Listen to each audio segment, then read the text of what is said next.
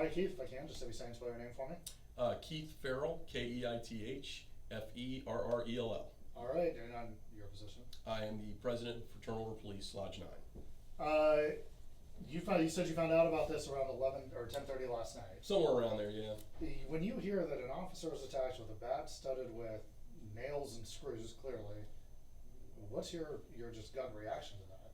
Well, I think it just shows the danger of this job every day for all of our members, every single day that go out there and do this. And unfortunately, society, or portions of society, have come to the conclusion that it is more acceptable to assault or resist the police in the last several years. Obviously, if you're with the Fraternal Order of Police, you're an officer yourself. Absolutely. Do you mind me asking how long you've been an officer? A little over 23 years. 23 years. Have you ever seen, I'm sure you've seen a lot of things, have you ever seen somebody raise a weapon like this at you? I have not. I've seen a lot of homemade weapons, and there are tons of things out there. People are very creative, unfortunately, when it comes to that. But I've never seen a weapon like this, certainly not raised at me. Have you ever heard of something like this? I have seen other officer safety things where people have built similar, I guess, kind of stuff. But so it's not totally shocking to me. I guess after 23 years, not too many things shock you what you see anymore. The officer, from what you're hearing from your fellow board members, well, let me just ask you, what are you hearing? Yeah, I guess I'm hearing he has an injury to his hand. I don't know the extent of that. I don't know if I want to get into his medical conditions too much. But obviously he was treated, had to be treated for his injuries. Obviously, by looking at this weapon in itself, I mean, that can inflict a ton of damage, certainly can kill people. So he was treated for his injuries, was very fortunate, and quite honestly, the suspect is very fortunate. Why? Because there is a very likelihood, if you raise something like that to a police officer in any shape or form, you are very likely to get shot. That is a deadly weapon that can kill several people in a matter of seconds, just as easy as a trigger. A bullet can kill you. And so if you do things like this and think that's an okay idea, it's a very good possibility you're going to get shot or seriously injured. Obviously you weren't there. Are you a little surprised that there doesn't sound like there were any shots fired?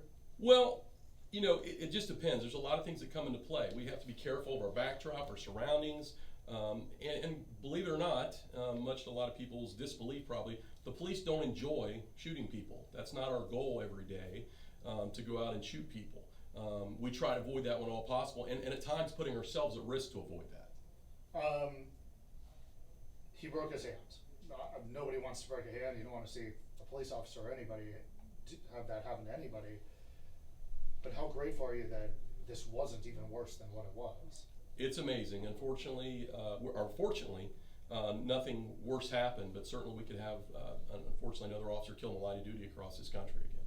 You know, I've talked to you in the past before, and I know you mentioned it almost right off the bat. Things like this just show the dangers that you men and women face every single day. Can I have you almost reiterate that for me? Yeah, I mean, for example, this exact run, this was a simple disturbance run. This wasn't you're going to gunfire or you're going into this big event that you expect those things. This is a disturbance between neighbors, I believe.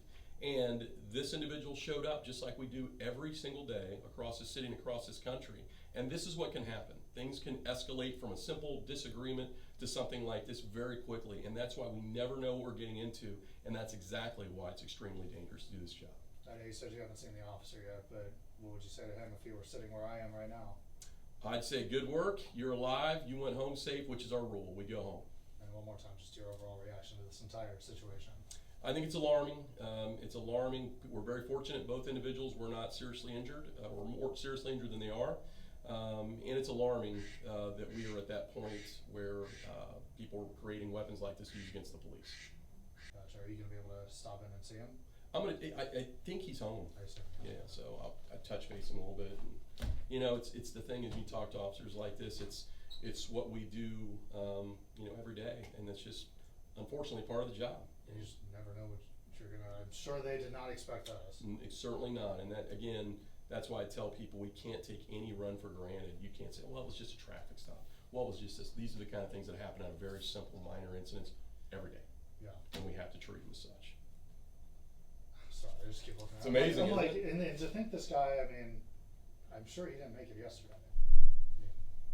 I'm sure he didn't just make that yesterday. I would think not. That looks like something that he's had and put a lot of time and effort into. It's someone with a plan. Well, plan has been foiled for now. Yeah, that's a way to phrase it, yeah. That's correct, so.